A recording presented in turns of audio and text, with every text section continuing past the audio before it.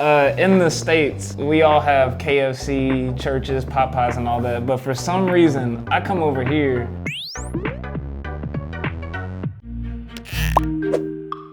안녕하세요. 저는 호세입니다. 미국 군인입니다. 만나서 반갑습니다. 안녕하세요. I am Jeremiah Mosley. I'm a current member of the Army, U.S. Army. I'm from California. My first duty station has been here in Korea. I've been here 3 years. And then I've been in the Army for 5 years. I'm also from Texas. This is my second duty station, so it's been a wild ride. I've also been deployed to Jordan for 9 months as well, so that's part of my military history.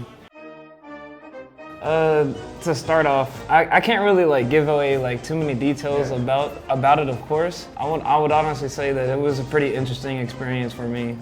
Nowadays, not many people get to deploy or see what it's like to be deployed. So for me, I wouldn't say that there were too many things that happened, but I could say that you honestly, you always hear gunshots in the background. From my personal experience, there was actually a V-bid. For those that don't know, that's a vehicle explosion. It shook the ground when it went off, so it can be dangerous, but if you know what you're doing, you'll get through it. That happens a lot usually when you get deployed, that kind of stuff.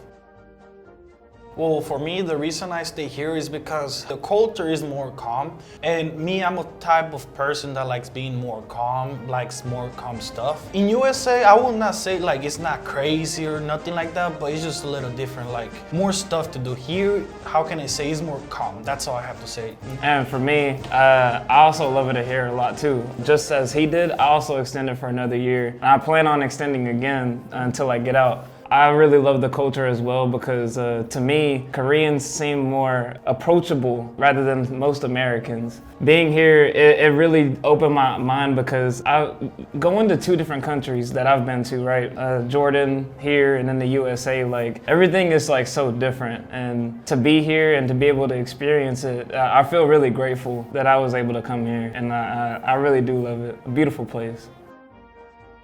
There is Katusa, Korean army personnel that works with us. So usually we work together and I get to talk to them and I ask them, hey, where's a good restaurant? Where's a good place to go to? And they tell me, oh, right outside the gate, this. So that's how you usually make friends, I hang out outside of base a lot, and I do also have a lot of Korean friends that I like to hang out with and invite them to drink with me and everything like that. We get together so well, so I enjoy my time with them. So, I mean, life in the barracks is, from my personal experience, right, I don't actually like the barracks. I don't like it too, yeah, but every chance I get, I actually try to leave and have fun elsewhere, you know what I mean? When it comes to the living, while I was in Jordan, I actually didn't live in barracks or anything like that, a small building. It was kind of cramped, really, because they had to make sure that they keep the spaces tight so we don't look big and noticeable and all that good stuff. But compared to here, the buildings were more spread out and there wasn't as many people in one building. Mm-hmm. But other than that though, not too many differences, but it's okay. For example, it depends where you go. Yeah. So some barracks, you get to have rooming. They share common areas and stuff. But for us, we have our own room, but we share the common area. Everywhere you go, it depends. In the States, there is some fancy places, but there is bad places. Really bad. Everywhere, it depends. Oh, the base as a whole? Oh yeah, it's really good. Oh, the base is beautiful. Really hospital, big hospital, there is no need to go outside. Yeah, there really isn't. There is no need. You have everything. You have bowling. You have pretty much everything you need inside. One of my favorite foods is Hispanic food, but also Korean food. One thing I will say is my favorite is Korean barbecue. Everyone in the military is gonna say Korean barbecue for sure. There is no way. With the Korean friends that I do have, I've got to try a lot of new things. One of the things that I tried was cold noodles. Believe it or not, I've always eaten hot noodles. Every time I go to eat cold noodles, because I always eat hot noodles, I'll sit there and I'll just blow on it. I'll blow on it for no reason. I don't even know why. But I really do enjoy that as well. So later on, I got to know Katusa people and they told me, oh, go to that place, don't go to that place. So I went to some other chicken places and I was like, oh my God, Korean chicken is the best. One of the best I tried. When I was coming over, they were like, hey man, the first thing you should do is go try Korean barbecue. So that was the first thing I did when I got here. However, the first place place that I went to was kind of a bad experience for me. But then since I've been here longer now though, I've been to several spots that I actually really enjoy. So just gotta go hunting for it. Top ramen. And only because that's a good one. And only because like it's really fast to cook. You don't have to try very hard. I can throw an egg or two in there and some cheese and I'm good. Like it's not that hard to make. So you stole my idea. I was gonna say the ramen, the ramen, the red one. Yeah, that one. It's spicy and it's easy to make. I can say I'm spicy and I'm easy to talk to. You can say like that, you know. Nah. You know, I tried to eat ramen for a week. Oh, no, I had to change, you know, but kimchi fried rice. Because I like kimchi and I like fried rice. So that's a good combination. And then you can throw an egg on top, kimchi fried rice. For me, it'd be the chicken. In the States, we all have KFC, Churches, Popeyes, and all that. But for some reason, I come over here and it's the best chicken I've ever had in my life. Yeah, for real. Like y'all have so many different flavors. Y'all like to spice everything up, and I'm just like, wow, I'm never gonna eat different chicken. Hey, I will totally agree. I love chicken too. I love the Korean chicken. Like we will agree with each other. I know he will say yeah, because I have U.S. Army friends. They always say kimchi fried rice. So. But what do you think? I guess I can see you eating kimchi fried rice only because I completely understand that. Like it's really good, it's flavorful probably. So I've only had it like maybe once or twice, but I actually don't like eating a lot of rice because it makes it feel heavy. So, but that's just for me though. That's an easy question. Korean barbecue. One, you get to eat steak or pork, whatever, and then you get a beer. You get to have a beer and a soju, you know? That's something, if I'm stressed or something, I would like to take a beer with my food, you know? And always Korean barbecue has like soju or beer. Well, I would add to that. For me, it's the same thing. I also try to invite as many people with me as I can just to make sure that I have a good time.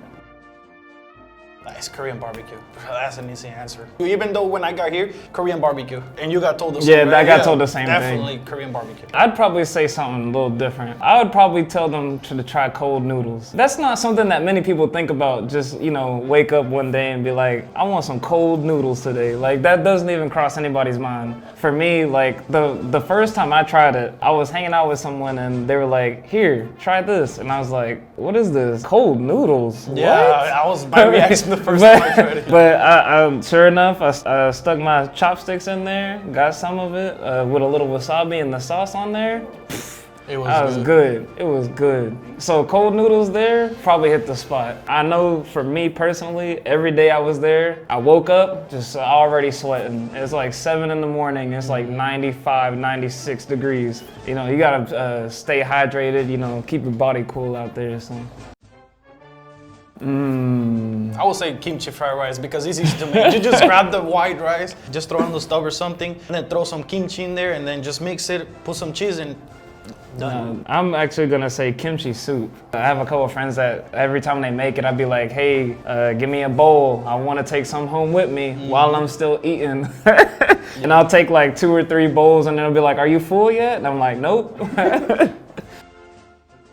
Something that I might recommend is boiled chitlins. Chitlins is pig intestine. I do know that y'all have pig intestine, but every time that I've seen it here has been fried. My mom, she boils it and puts seasoning on it, makes it a little spicy, and if I could, I would bring that to share with y'all because my mom can cook good, you know what I'm saying? So, now, the one place that I do love and enjoy on base is Texas Roadhouse. Oh. Now, if y'all haven't been to Texas Roadhouse, y'all need to go try that. Now that I remember, one thing I always go to like on base is Charlie's. It's not like Subway, it's like kind of more Americanized. The bun compared to the Subway one, they're different too.